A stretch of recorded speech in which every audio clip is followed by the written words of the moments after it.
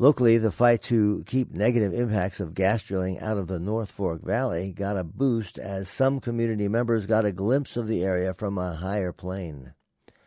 KVNF's Marty Derlin explains. On Monday, the Western Slope Conservation Center and EcoFlight offered 2 tours of the North Fork Valley to graphically show the importance of the North Fork Valley Alternative Plan, a proposal created to provide a rallying point for residents concerned about oil and gas extraction on public lands. The Conservation Center's director, Sarah Sauter, explains the purpose of the flights. The North Fork Alternative isn't about any particular parcel or any particular lease sale. It's about all of the federal minerals that BLM controls and manages. So we'll be looking at where BLM minerals are on the landscape.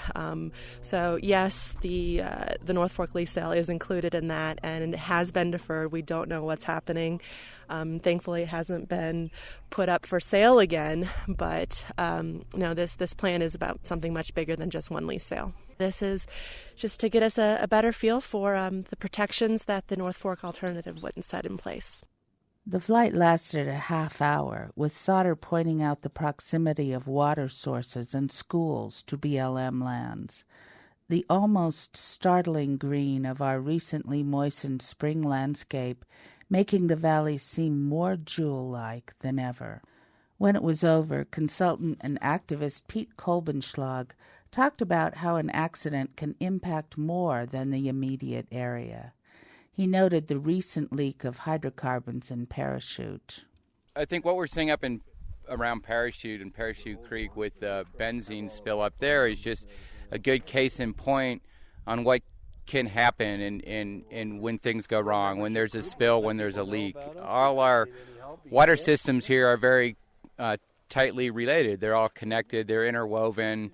People irrigate off of other people's tailwaters, and it's basically a system of interlaced open ditches. And if there were any kind of a spill or contamination, it could very quickly affect a lot of people very fast. And when you look from the air at the landscape here and you see how small it is and how connected it is, it's hard to imagine how you could stick a highly industrial activity in the middle of all this agricultural land. For KVNF News, I'm Marty Derlin. And finally this morning, following up on a story we reported yesterday, the Aspen Skiing Company has given a combined $50,000 to organizations working to prevent oil and gas drilling in the Thompson Divide, including EcoFlight. Aspen Public Radio's Elise Thatcher has more for us. You may see more photos and mineral surveys of the Thompson Divide in the coming months. That's because of a large grant from an Aspen Ski Company nonprofit. The Environment Foundation has given a combined $50,000 to Wilderness Workshop, EcoFlight, and the Thompson Divide Coalition. It's the largest grant of its kind from the foundation, and EcoFlight President Bruce Gordon says it's going to make a big difference right away. We will be flying politicians, media representatives, and concerned citizens over this area. We have been doing this through the years. However, we're really stepping up our efforts. Like the group's recent aerial tour of the Divide for Senator Michael Bennet, Gordon says the Aspen organization will now do 2 or 3 times as many flyovers as before. EcoFlight will also use its $10,000 grant to shoot and produce more photos and video of the Divide. The Thompson Divide Coalition got $20,000. The group plans to spend some of that on better understanding the oil and gas resources on the Divide. Zane Kessler is executive director for the Carbondale Group. We'll be analyzing the geology and the formations within this area from a broader perspective and really, no pun intended, drilling down into the details to identify what some of these specific individual leases might be worth on the open market.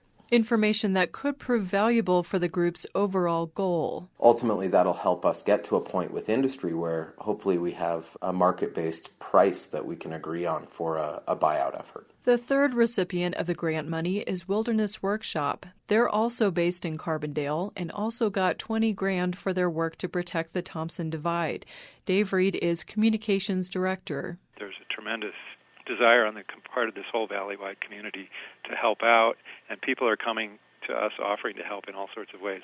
So this money will help us pay for our new community organizer who's supporting these citizen efforts. Like recent sign-making gatherings and yoga and bike events designed to raise money for preserving the Thompson Divide. Reed says it's good the SkiCo grant came through because the Wilderness Workshop took a gamble earlier this spring. They already hired that community organizer without knowing if they'd get the money. But it had to be done. I mean, if you'll recall 6 weeks ago, this suspension decision hadn't been made, and we were looking at a May 31st expiration date for these leases, and a ton of stuff had to be done to rally the public. And so, thank God this money's coming in. Earlier this month, Wilderness Workshop and others filed an appeal regarding oil and gas leases on the Divide. The BLM is reviewing that appeal and may respond by a week from today.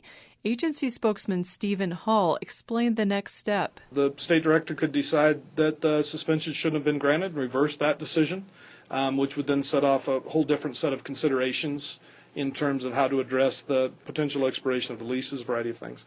Or the BLM state director could say, you know what, the decision was right, we followed the right process, and we stand behind the decision. The state BLM director is Helen Hankins. Again, Stephen Hall. As always, at any point in time, someone can file a lawsuit in federal court and choose to have their concerns addressed via the judicial branch. Late last week, the Denver Post reported SG Interests decided to drop one 2,500-acre oil and gas lease. It was not included in the leases appealed by Wilderness Workshop and others. The Thompson Divide Coalition said SG Interests dropping the lease is a step in the right direction, but Executive Director Zane Kessler says it doesn't come close to resolving the larger controversy over oil and gas drilling in the Thompson Divide. I'm Elise Thatcher. And that concludes today's newscast. For KVNF News, I'm Brian Cambria. Good day.